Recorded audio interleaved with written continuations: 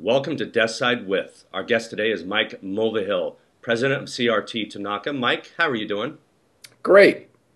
Super Bowl is behind us, but you guys are still enjoying the success of a viral video campaign, the Go Granny campaign. Do you want to tell us a little bit about how successful it's been?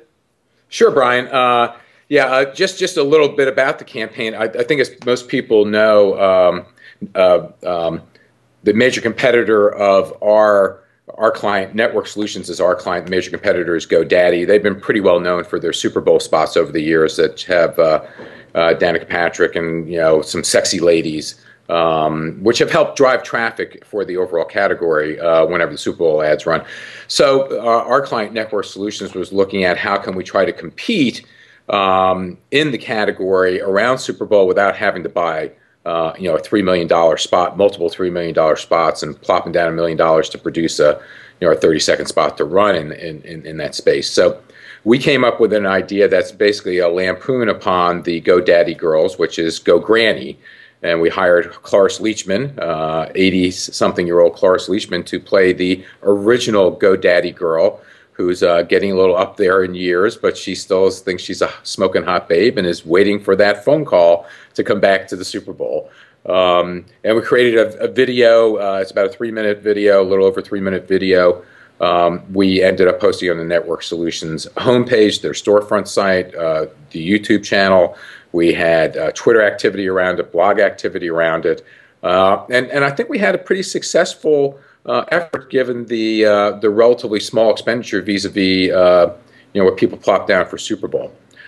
We had about 45 million impressions that we created. A little less than half of those were Twitter impressions. We had 51,000 views of the video on the YouTube channel. And Network Solutions had a 500% increase in .com sales, specifically they attribute to the result of this particular effort. That's incredible. That's the kind of ROI that you want to show. Let's back up and talk a little bit about executables and tactics. When did you guys shoot this thing, and then when did you start to promote it? My understanding is it was right before the Super Bowl. Yeah, it was all very much how agencies do things, which was fast and furious. So yeah, we got approval soon after the holidays, and then went to work. We shot it the week before the Saturday, 8 days before Super Bowl. Edited that week, and we first popped it up on the Friday prior to Super Bowl. So it didn't go up until Super Bowl weekend Friday at 4 o'clock, and then we started working it. So relatively short period of time to get it done, and then really I feel very good about the outcomes, particularly since we didn't have a week or two of pre-selling of our video to be able to make available to media. Getting it out there on the Network Solutions homepage certainly drove a lot of traffic. So obviously would Twitter. Can you talk about all hands on deck, how you handled the tweeting out and the pushing out of the link? Yeah, basically we did have all hands on deck. Our entire DC office was involved with it. We had Network Solutions. The client also has social media folks that they have involved. Shashi Belakanda, who is their social media swami, was involved with it, and Sashi did a good job of pushing things out. We were very fortunate that we had some tweets from some pretty influential figures out there that gave it legs. So it was, like most social media campaigns, I think when you get down to execution, there's a lot of physical activity, eyes and ears and hands that have to be involved in order to make things happen. And it's great to have a good product to work with. We were fortunate that we had a really funny video. I mean, it's hilarious. If you haven't seen it, go watch it, because you will crack a stitch at laughing at it. But also it takes an enormous amount of physical effort to be out there engaging people and having conversation. So two things. First, where do you want to drive traffic right now for people who are watching this to check out the video? Just on the YouTube channel? Yeah, if you go to networksolutions.com /video, you will find, or /video, you will find the link to the video right there. I just needed to hear you say that. Let's circle back to some secrets of success, tactics. I'm a service journalist from way back, so I'm always looking for bullets. You've covered a few already here, but maybe you can recap if you had to do 3 or 5 bullets of success around social media Or let's even narrow it down to YouTube-style video campaigns. What would those tips be for other agencies? Yeah, and I think in ways, particularly a video-based campaign, it's really no different than when you're looking at whether you have a print story or a TV or broadcast story. I mean, it really is about the visual. If you don't have the visual, you don't have anything to work with. We were fortunate that we were able to create a visual. We had a timing aspect to it as well. You know, why cover it? Why cover it now? Still is true even in social media. So why would anybody want to pay attention to it? Well, we were able to be part of a relevant dialogue about Super Bowl.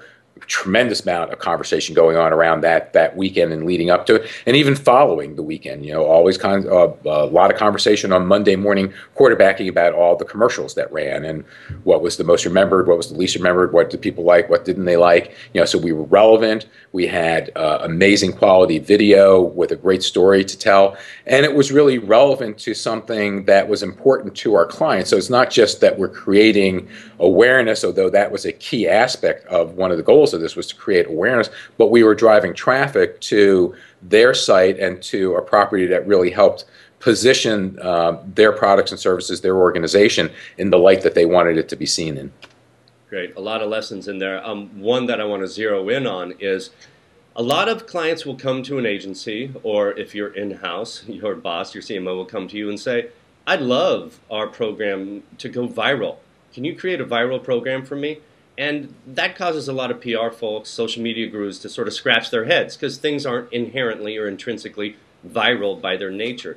So what's your advice for those in PR and marketing for managing client expectations when they come to the table and say, create a viral program for me? Yeah, you know, and I think it is much like anything. It's don't tell me what the tactics should be. Why don't we talk about what you're trying to achieve?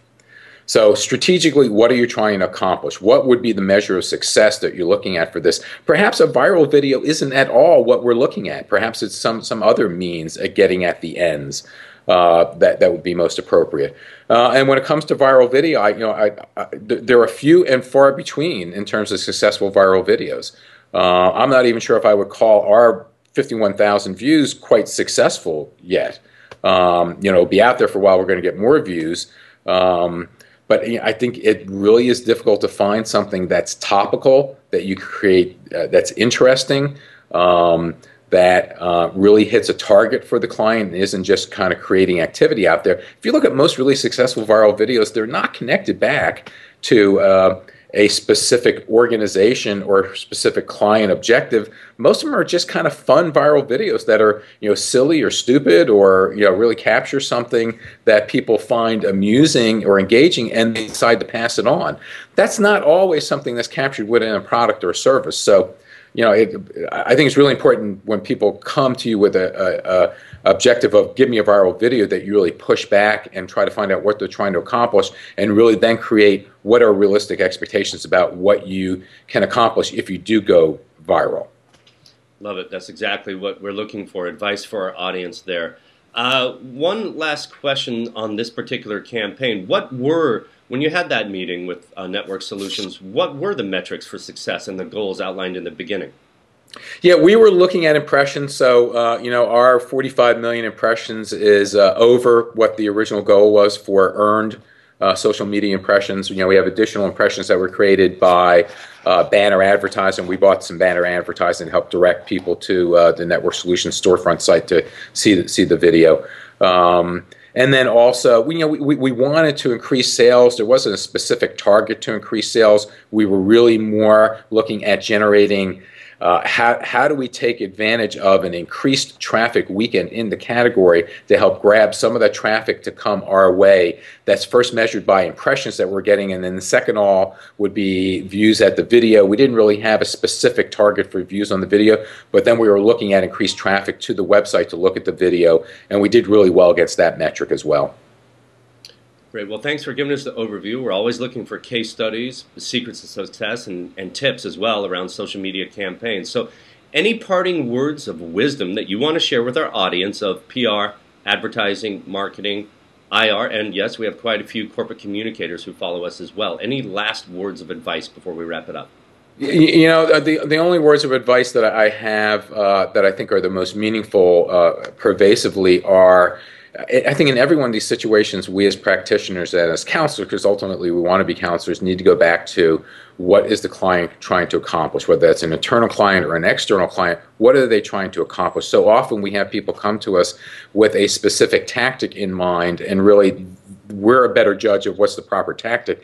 Let's talk about what the challenge is, what the opportunity is, what we're trying to solve, what we're trying, we're trying to create market share, or we're trying to sell product, or we're trying to sell inquiries, and then get back to, okay, let us help design you a program that really meets your needs, rather than helping you check off that, we created a YouTube channel for the company. We created a Facebook application for the company. Well, those are great, and they sound a little fun at cocktail parties, but really the bottom line is, what are we doing to improve the organization's business activity, their image, et cetera? And you can't get there unless you get back to, why are we here in the first place? Go back to the goals and the strategy. All right, Mike, thank you so much. Mike with CRT Tanaka, walking us through the Go Granny campaign. We appreciate it, and have a wonderful remainder of the week. I know you're going to be driving a lot more buzz around this particular campaign.